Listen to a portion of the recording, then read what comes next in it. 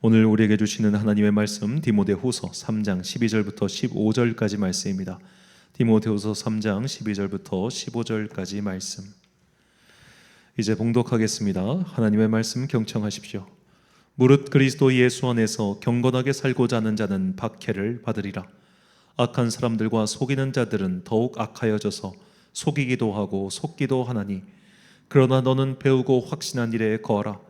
너는 내가 누구에게서 배운 것을 알며 또 어려서부터 성경을 알았나니, 성경은 능히 너로 하여금 그리스도 예수 안에 있는 믿음으로 말미암아 구원에 이르는 지혜가 있게 하느니라.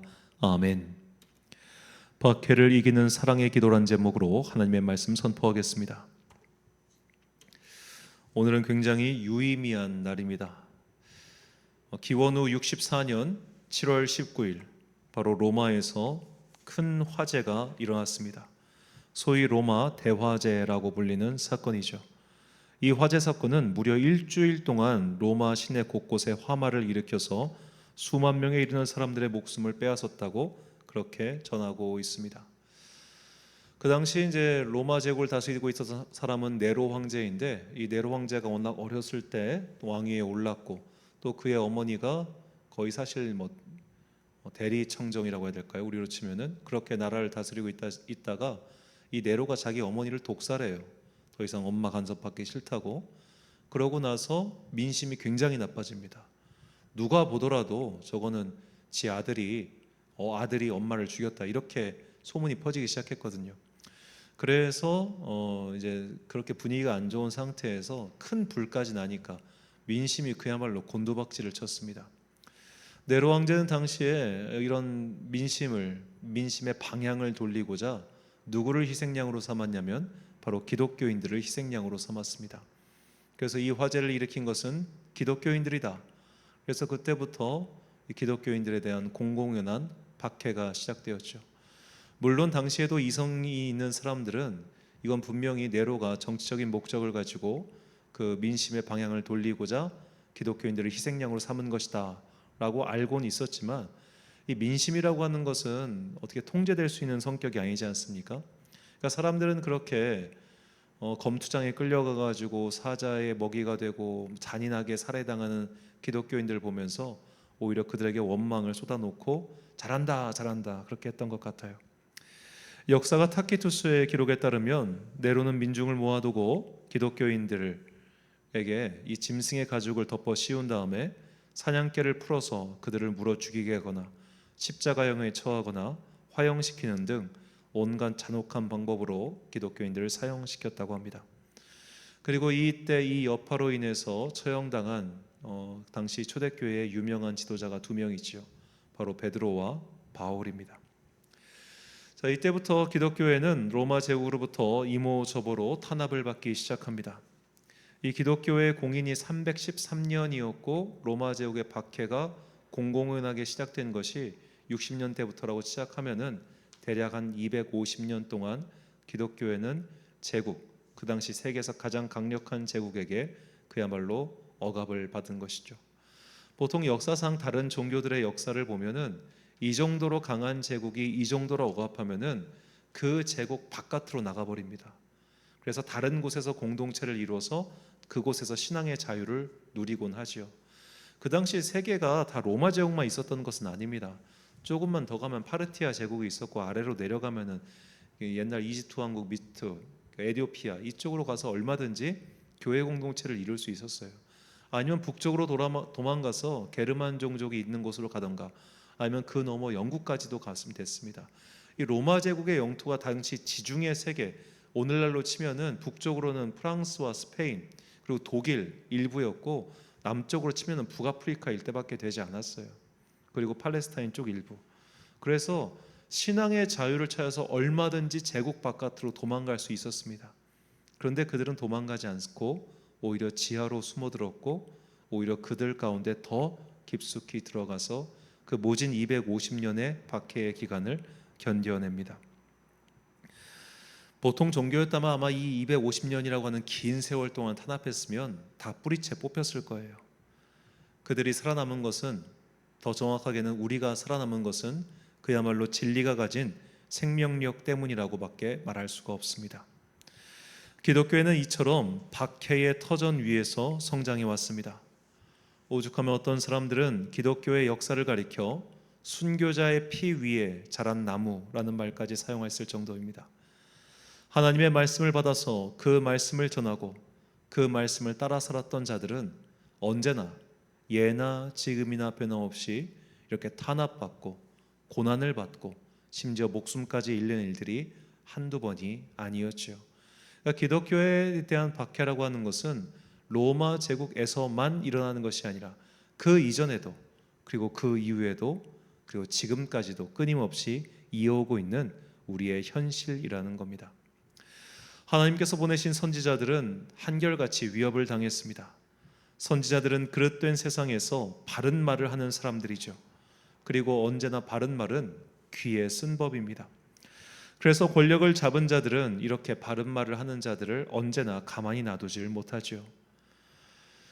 그러나 선지자들은 강한 확신을 가지고 하나님의 음성을 듣고 그 음성을 전하는 자들이라고 치면 그렇지 않은 보통의 사람들은 어떻게 하면 좋겠습니까? 우리와 같이 평생에 한두 번 하나님 음성 들을까 말까 한 사람들, 정말로 뜨겁게 기도한다고 하지만 불타오르는 듯한 뜨거운 성령 임재 체험은 평생에 몇 번 못 해보는 사람들, 심지어 평생 동안 그런 뜨거움은 경험해 보지도 못하는 사람들. 그렇게 나를 가리켜서 선지자라 하기엔 조금 애매한데, 그런 생각이 드는 사람들은 이런 박해를 어떻게 견딜 수 있고 또 견뎌야 했을까요? 그러니까 모든 사람이 다 바울 같진 않았을 거 아니에요. 모든 사람이 다 환상 가운데 예수 부활하신 주님을 만나고 모든 사람이 다 생경한 하나님의 음성을 듣고 그건 아니었을 것 아닙니까? 모든 순교자가 그렇게 그런 음성을 듣고 했다면 정말 대단한 거지만 그렇지 않은 사람들 가운데도 분명히 순교자가 있고 무엇보다 박해 속에서도 믿음을 포기하지 않은 정말 많은 사람들이 있었어요. 어떻게 이런 일이 가능했을까요?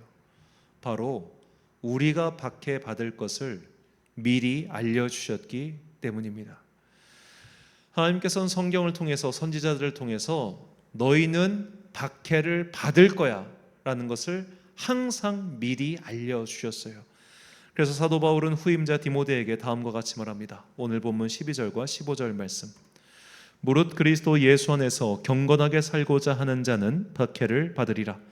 또 어려서부터 성경을 알았나니 성경은 능히 너로 하여금 그리스도 예수 안에 있는 믿음으로 말미암아 구원에 이르는 지혜가 있게 하느니라. 아멘. 오늘 본문 말씀, 경건하게 살고자 하는 자는 박해를 받으리라. 그리고 나서 그 다음에 우리가 아는 유명한 말씀인 너는 어려서부터 성경을 알았느니 성경은 능히 너로 하여금 그리스도 예수 안에 있는 믿음으로 말미암아 구원에 이르는 지혜가 있다.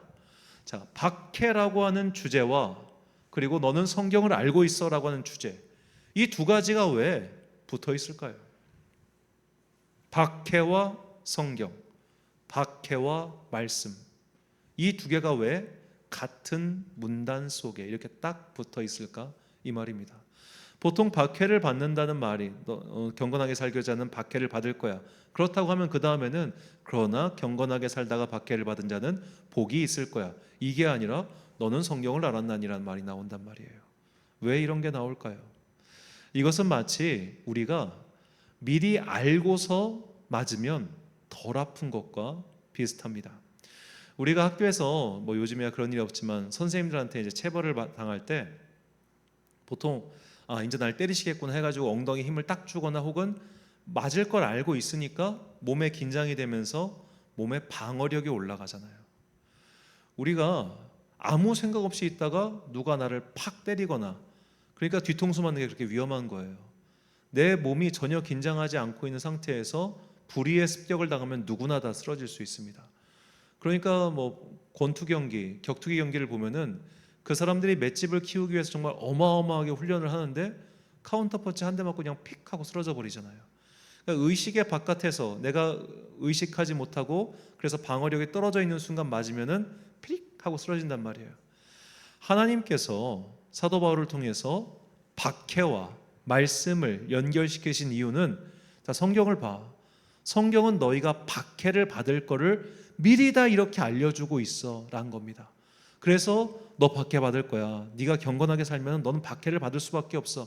이 말을 계속해서 남겨둠으로써 우리가 그리스도 예수를 믿고 따라간다고 하는 것은 세상에서 박해를 받는 것이 지극히 당연한 것이구나 라고 하는 걸 납득시키기 위한 거예요. 마음의 방어력을 미리 높여두기 위한 겁니다.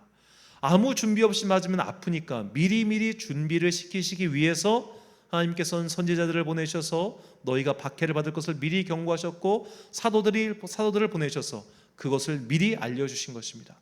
박해를 받을 것을 미리 알려주셨기 때문에 우리가 그것을 준비할 수 있는 것이죠.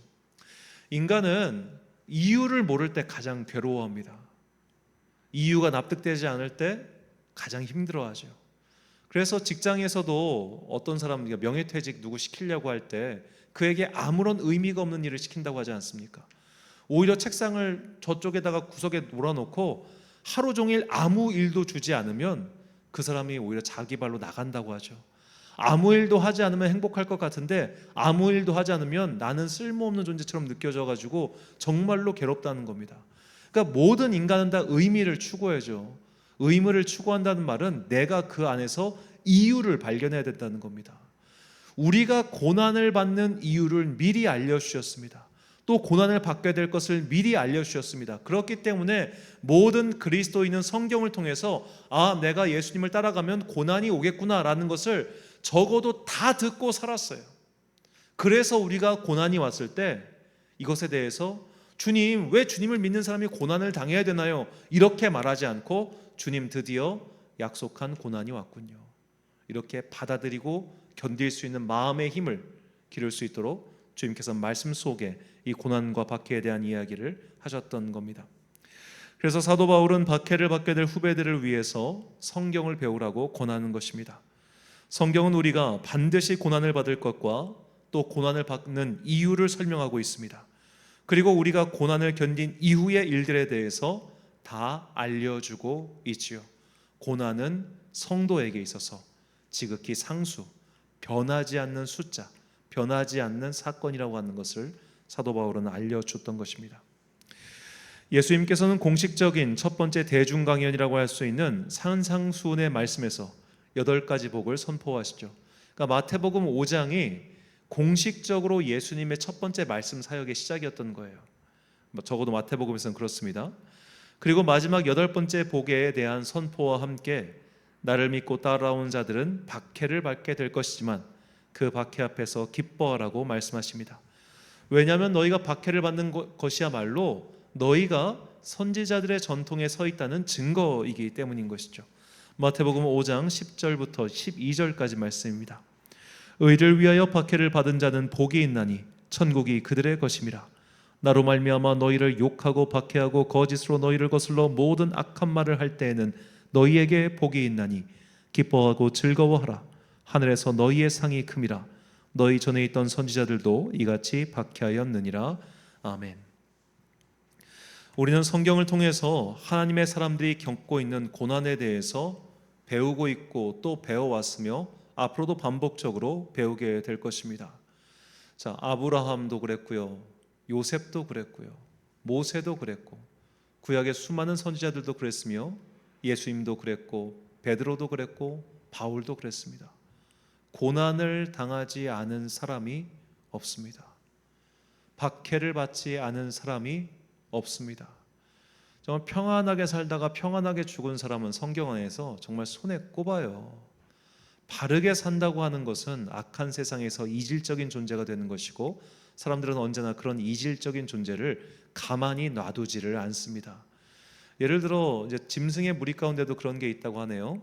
알비노라고 하는 병이 있지 않습니까? 그 유전자 변형 때문에 그 색이 하얗게 되는 그런 병을 앓고 태어나는 그런 짐승들, 그런 짐승들은 무리에서 딸을 당한다잖아요. 이질적인 존재인 거예요. 그러니까 죄로 인해 왜곡된 세상 속에서 하나님을 따르는 자들은 이상한 자들이에요.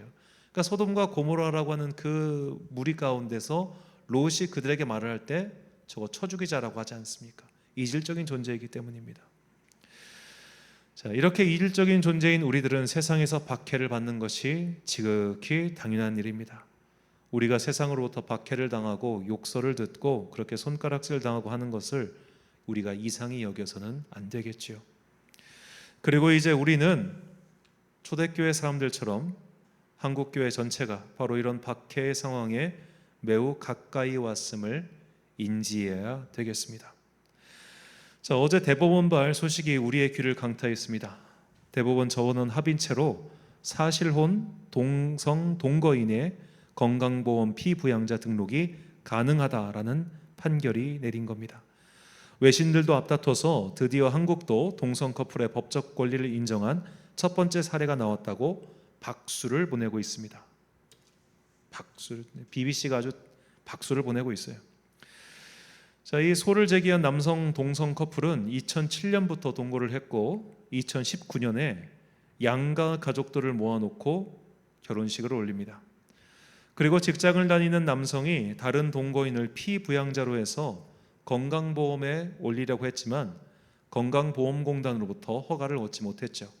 그래서 소를 제기했고 마침내 대법원에서 그들이 승소한 겁니다. 물론 몇몇 전문가들의 말로는 이 결과 자체가 무슨 동성 커플의 법적 지위를 인정하거나 그런 것은 아니다. 그러니까 지나치게 확대할 필요는 없다고 그렇게 말합니다. 그리고 이것은 대법원 판결문에도 그대로 나와 있습니다. 오늘 아까 제가 대법원 들어가가지고 한 80페이지 되는 판결문인데 그 중에서 좀 유의미하게 볼 만한 것들을 직접 그냥 다 인용을 해보려고 합니다. 자, 먼저 대법원은 이 판결을 내리면서 이거 자체가 어떤 확대 해석하는 것이 아니냐, 그저 건강보험 제도의 취지에 맞게 피부양자의 지위만을 부여했을 뿐이다라고 일단 제한적으로 해석을 해요. 자, 판결문을 보면요, 이와 같이 사실상 혼인관계에 있는 사람도 배우자에 준하여 피부양자로 인정하는 이 사건 지침의 행정 해석은 최선 순위의 사람에게만 유족연금 등을 지급하는 다른 사회보장제도와 달리 피부양자 자격이 있으면 인원수와의 관계없이 피부양자로 인정되는 건강보험의 제도적 특성을 고려하여 피부양자의 인정 범위와 요건을 완화한 것이다. 그러니까 대법원은 여태까지 건강보험 제도의 피부양자 범위에 대한 수많은 여러 가지 판례와 그 범위가 확대된 이런 사례들을 쭉 얘기하면서 이건 어디까지나 피부양자라고 하는 지위일 뿐 이들의 혼인이나 가족 여부성, 이거는 건강보험제도에서는 고려사항이 아니야 라고 일단은 제한적으로 이야기를 합니다. 하지만 판결문을 계속 보면은요, 앞으로 동성 동반자를 혼인관계까지 인정할 만한, 그러니까 동성 동반자가 동성 배우자가 될 만한 여러 단초들이 나오고 있어요. 좀 길지만 읽어드리겠습니다. 피고는 이 사건 처분을 통하여 사실상 혼인관계에 있는 사람 집단에 대하여는 피부양자 자격을 인정하면서도 동성 동반자 집단에 대해서는 피부양자 자격을 인정하지 않음으로써 두 집단을 달리 취급하고 있다. 여기서 피고는 건강보험공단입니다. 이러한 취급은 성적 지향을 이유로 본질적으로 동일한 집단을 차별하는 행위에 해당한다.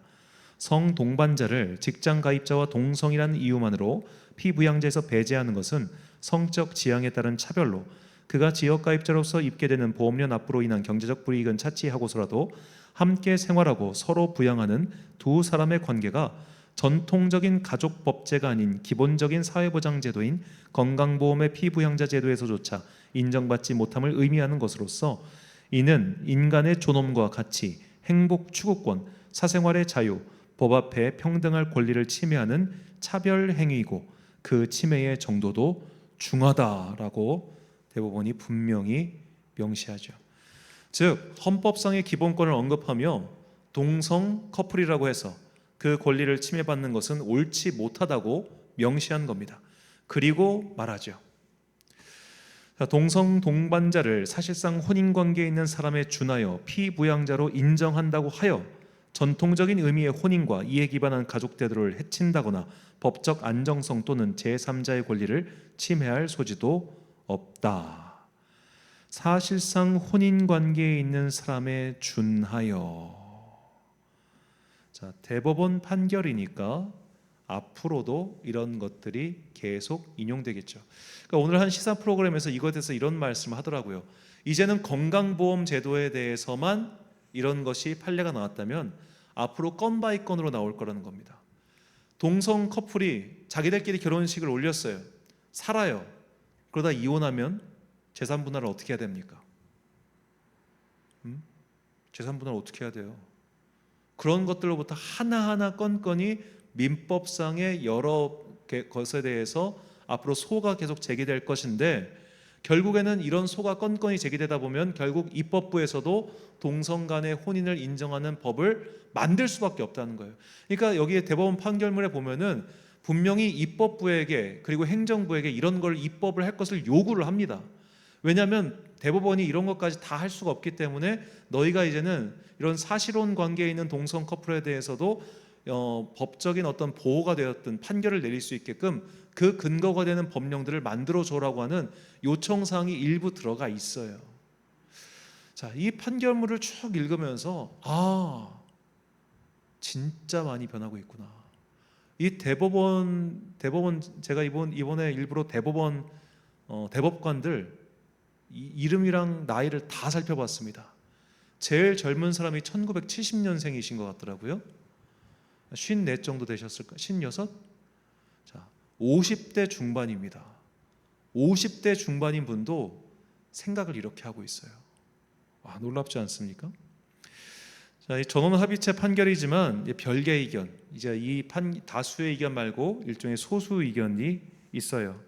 소수 의견은 이 판결에 대해서 반대하는 의견입니다.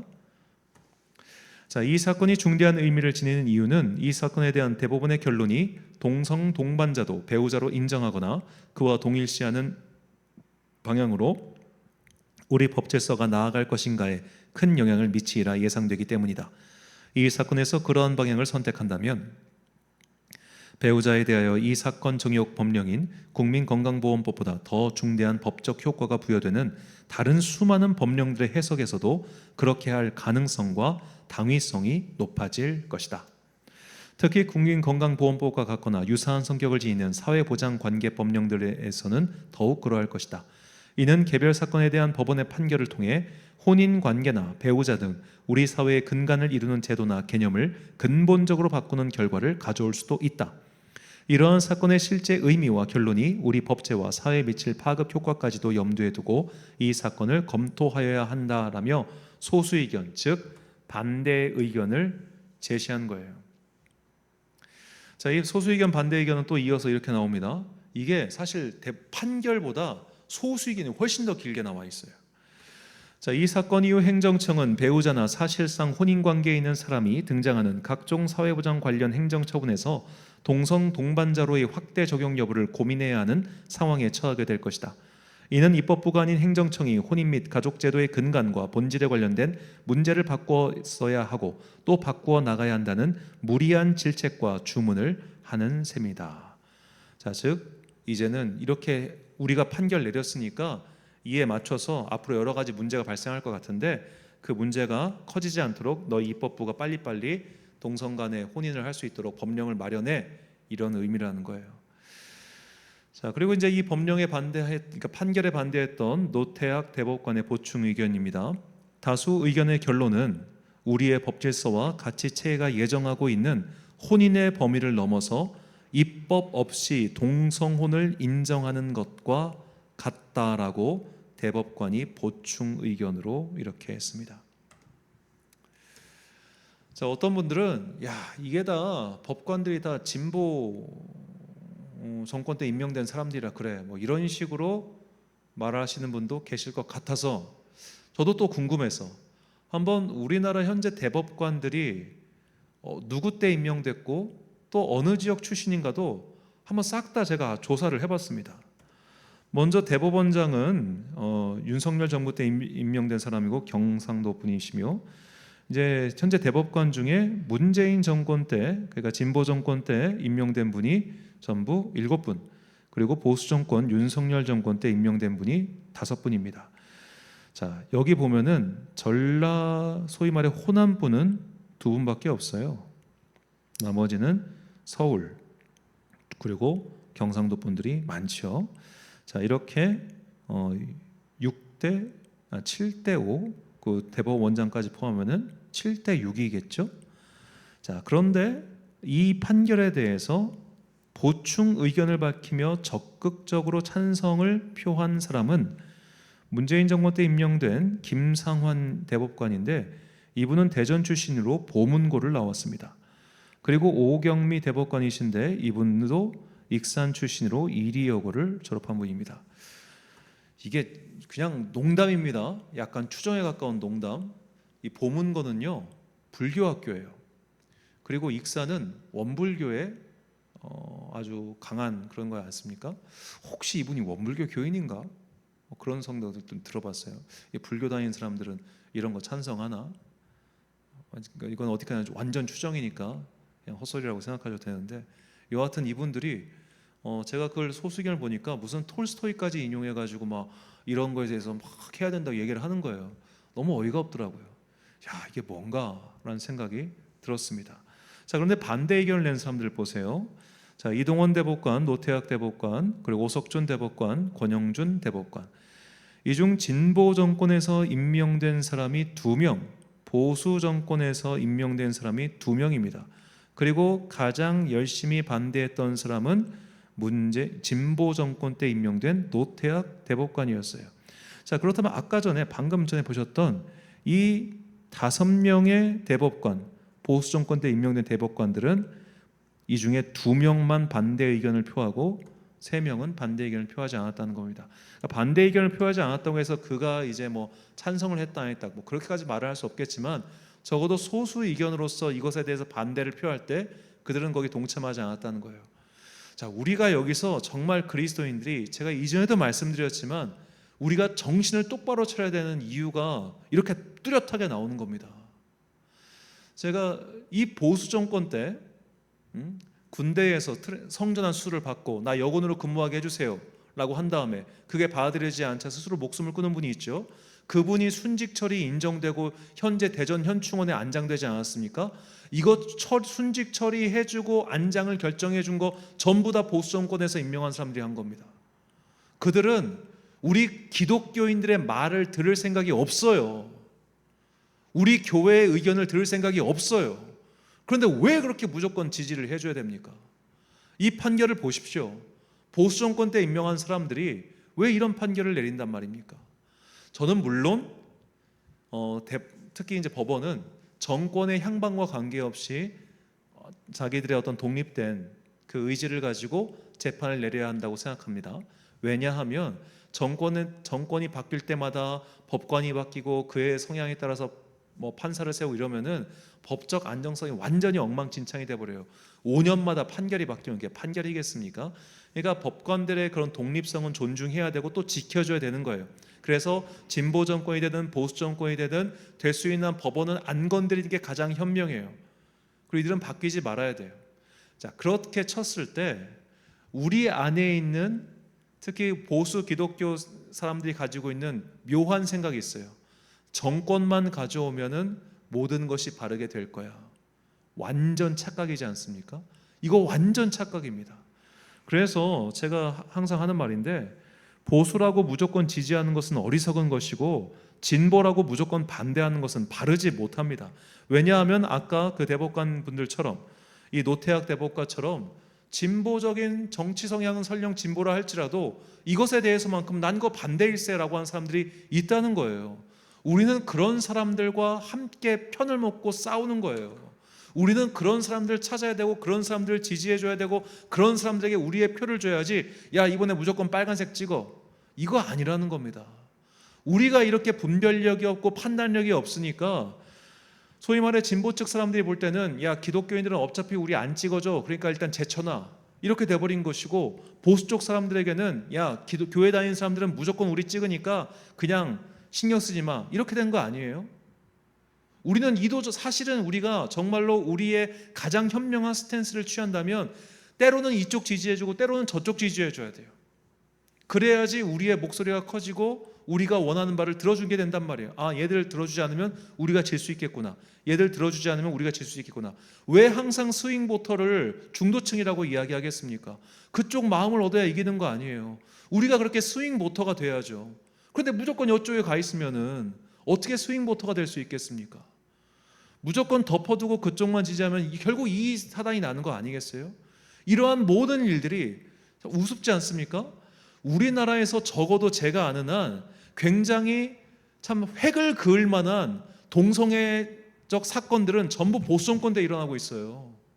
오히려 진보 정권은 이 기독교인들이 난리를 치니까 못하는데 보수 정권 때 이런 일이 일어나더라고요. 얼마나 웃기는 일입니까? 그런데도 아직도 무슨 대통령이 교회를 열심히 다니네 막 그거 하면 그걸 믿으십니까? 너무너무 한심하고 답답한 일 아니에요? 속이 터져서 제가 이런 말씀을 드리는 건데, 저는 우리 한국 개신교인들의 이런 나이브한 태도, 느슨한 태도를 비판합니다. 제발 부탁인데 보수 정당이 집권하면 나라가 바르게 움직일 거라는 착각하지 마십시오. 그들도, 보수 정당도 그들의 이익을 위해서 움직일 뿐입니다. 이번에 정말로 제가 지금 보수 정당 지금 이제 당대표 선거를 하고 있잖아요. 이번 토론회 5차까지 했던가요? 그 토론회 중에 차별금지법 이야기가 나왔습니까? 제가 알기로 한 번 그냥 나왔던 걸로 아는데, 그것도 그냥 흘러가듯 한 번만 나왔을 뿐이에요. 그런 거 의제로 삼고 토론하는 거 보셨습니까? 없습니다. 그런데도 그들이 우리 편 들어준다고요? 착각입니다. 완전 착각입니다. 저들도 우리 편 안 들어주고 있지만 이쪽도 우리 편 안 들어주는 건 똑같아요. 그렇다고 무슨 우리의 목소리를 대변할 정당을 세우자, 이 얘기가 아닙니다. 우리가 그런 자들을 의지하지 말자는 거예요. 덮어두고 그런 자들 의지하고 덮어주고 그런 자들 응원하고, 이게 아니라 과연 저 사람은 이것에 대해서 어떻게 생각할까?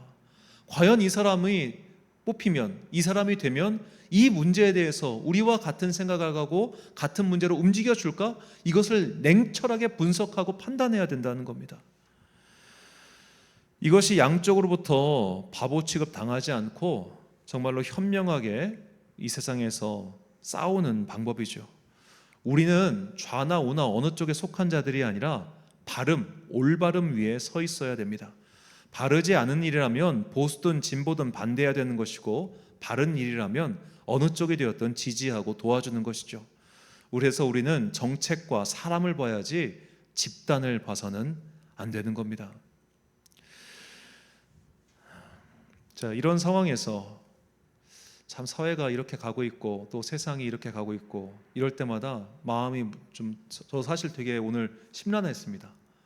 정말 심란했습니다. 이게 이렇게 해도 안 되는 게 있구나. 그러니까 저같이 사실은 일에 대해서 제가 무슨 엄청나게 운동을 하고 한 사람도 아닌데도 불구하고 낙심이 되었다면, 정말로 막 온 힘과 열을 다해서 이것에 반대하고 움직였던 분들은 진짜 낙심하고 있을 것 같아요. 그렇다면 우리가 이렇게 세상의 어둠 속에 먹힌 듯한 마음이 들 때, 세상의 이 바켓 속에 우리가 노출되어 있는 것 같은 마음이 들 때, 정말로 열심히 기도하고 노력했지만 결국 이 세상의 흐름을 바꾸지 못해서 우리가 도태되고 낙심하고 박해당하고 고난당하는 상황에 처했을 때, 앞으로 우리는 어떻게 해야 할까요? 먼저 환난을 인정해야 합니다. 현실을 직시해야 합니다. 그래서 우리는 현명하고 냉철해야 돼요. 자, 보수 정권 때에 이렇게 뒤통수 맞아보니까 얼얼하지 않습니까? 그러니까 제발 그리스도인인 척하는 그 정치인들에게 속지 마십시오. 그들은 그리스도인 아닙니다. 자, 무엇보다 우리는 정치적으로 현명한 선택을 하는 것도 굉장히 필요하지만 그것보다 더 중요한 게 있어요. 자, 이렇게 세상이 어둠 속으로 가고 있을 때 우리는 거룩한 빛을 보여줘야 돼요.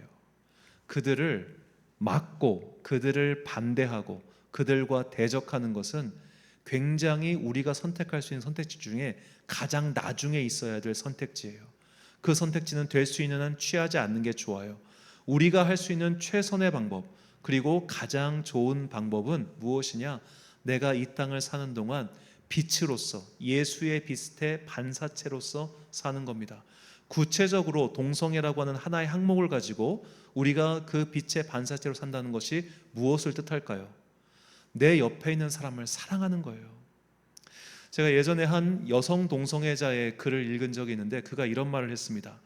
자기는 남성과 여성 커플이 그 당시 옛날 얘기는 해요. 막 데이트 폭력 당하고 이런 걸 보면서, 왜 저렇게 폭력적인 남성과 데이트를 하고 사랑을 하지?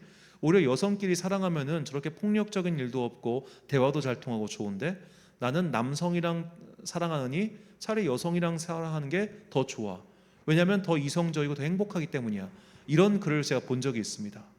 자, 우리가 동성애를 반대하려고 무슨 동성애자들이 어떤 질병을 유발한다, 막 더럽다, 추악하다, 막 이런 식으로 얘기하는 것은 사실 그 사람들에게도 별 영향을 미치지 못하고 무엇보다 주변에도 영향을 미치지 못해요. 이것은 마치 술, 담배가 아무리 나쁘다고 캠페인을 벌여봤자 사람들이 술, 담배 피는 거랑 똑같습니다. 사람들이 술, 담배 끊게 하려면 어떻게 해야 됩니까? 이거의 해악성을 아무리 알려봤자 소용없지요. 다른 좋은 거를 줘야 됩니다. 운동을 하니까, 땀 빼니까 술 마시는 것보다 즐겁잖아. 등산 다니니까 담배 피는 것보다 즐겁잖아. 독서를 하고 어려운 걸 풀면서 너의 정신을 업그레이드 시키니까 게임하는 것보다 즐겁잖아. 이런 식으로 더 좋고 더 예쁘고 더 아름다운 것을 보여줘야 돼요. 그래야만 그들이 그 악에서 벗어나서 선한 선택을 하게 된다는 겁니다. 동성애자들에게 동성애의 추악함을 보여주는 것보다 이성 간의 아름다운 사랑을 보여주는 게 더 중요하다는 거예요. 동성 가족의 비참한 말로를 보여주는 것보다 남자와 여자가 만나서 아름다운 가정을 이루고 그 아름다운 가정 속에서 피어나는 사랑을 보여주는 게 더 중요하다는 겁니다. 왜 동성애자들이 이런 것들에 대해서 씨알도 안 맥히느냐? 우리가 현실에서 마주보는 것은 남자가 여자를 때리고 집안이 결국에는 강아지 꼴이 나고 이런 것들을 훨씬 많이 보니까, 야, 남자와 여자가 만나서 사랑해봤자 뭐해? 저 꼴 나는데 차라리 그냥 남자끼리 사귀다가 여자끼리 만나다가 서로 마음 맞아 만나다가 헤어지면 간편하게 헤어지면 좋은 거 아니야? 이렇게 생각하는 거 아니겠습니까? 그러니까 더 좋은 걸 보여줘야 된다는 거예요. 더 아름다운 걸 보여줘야 돼요.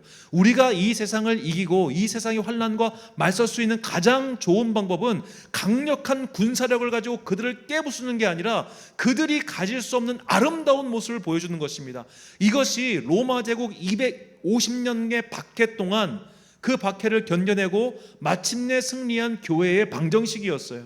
그 당시 초대교회 사람들은 로마 제국 사람들과 다른 삶을 살았습니다. 박해를 받을지언정 그들은 정결한 삶을 살았고 신중한 삶을 살았고 경건한 삶을 살았어요. 그러다가 나중에 로마의 귀족층에서 기독교인 여성들을 부인으로, 그러니까 며느리감으로 데려오기 시작한 거예요. 야, 저렇게 로마의 전통적인 믿는 애들은 너무 좀 맛이 간 것 같아. 기독교 믿는 애들 보니까 애들이 괜찮네. 교양도 있고 예의 바르고 무엇보다 참 경건하고 정숙하고 좋네. 그냥 너 며느리. 이렇게 해서 로마의 귀족 여성들이 기독교인들이 많았어요. 대표적으로 콘스탄티누스의 대제의 어머니, 그분이 이미 기독교인이었단 말이에요. 자, 그런 식으로 그들이 로마 제국 내에 퍼져갔고 마침내 제국을 변화시킨 겁니다. 제국을 무너뜨릴 군사력을 키운 게 아니라 빛으로 우뚝 서니까 어둠이 결국 진 거예요. 우리가 아무리 저 동성애자들과 싸우기 위해서 무슨 정치적인 힘을 발휘하려고 하고 저들의 폐해를 알리고, 이거 한계가 분명합니다. 이건 정말 마지막 수단이에요.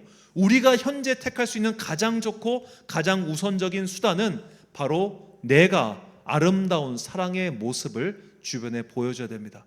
먼저 우리의 가정부터 아름다운 사랑의 공동체를 만드십시오. 먼저 우리의 교회부터 아름다운 사랑의 공동체를 만들어 가십시오. 그래야만 저들이 우리의 빛을 보고, 예수 그리스도를 통해서 변화된 우리의 빛을 보고 우리의 그 빛의 매력에 빠져서 우리에게 돌아오게 될 것입니다. 그래서 저는 말씀드리는데, 우리가 싸움닭이 아니라 사랑닭이 되어야 됩니다. 서로 아름다운 사랑의 모습을 보여줄 때 비로소 이 땅에 정말 희망이 남게 되겠지요. 이렇게 우리의 다짐, 이 다짐에 대해서 사도 바울의 말씀이 있습니다. 이 말씀이 우리의 다짐과 선포가 되기를 간절히 소망합니다. 고린도서 4장 8절부터 10절까지 말씀입니다. 우리가 사방으로 우겨쌈을 당하여도 쌓이지 아니하며 답답한 일을 당하여도 낙심하지 아니하며 박해를 받아도 버림받지 아니하며 거꾸로 뜨림을 당하여도 망하지 아니하고 우리가 항상 예수의 죽음을 목에 짊어짐은 예수의 생명이 또한 우리 몸에 나타내게 하려 함이라. 아멘. 사랑하는 천안광성교회 성도 여러분, 그리고 이 기도에 함께 참여하고 계신 귀한 주님의 자녀 여러분, 닥쳐오고 있는 어둠과 사탄의 박해를 이기는 방법은 그리스도의 빛과 사랑뿐입니다. 우리가 먼저 사랑의 공동체를 지금 여기부터 만들어 갑시다. 나와 함께 사는 사람들, 내 주변의 사람들을 진심으로 사랑하십시오. 아름다운 사랑의 공동체를 가정과 교회에서 만들어 가십시오. 그것이 세상의 어둠과 박해를 이기는 최선이자 최고의 공격입니다. 어둠을 이기는 것은 힘이 아니라, 권력이 아니라 사랑과 빛임을 잊지 마시고 그리스도의 사랑, 그 은혜의 빛으로 세상의 어둠을 밝혀서 마침내 승리하는 사랑의 사도들이 되시길 주님의 이름으로 축원합니다. 함께 찬양 부르신 후에 기도하겠습니다. 아버지 사랑 내가 노래해.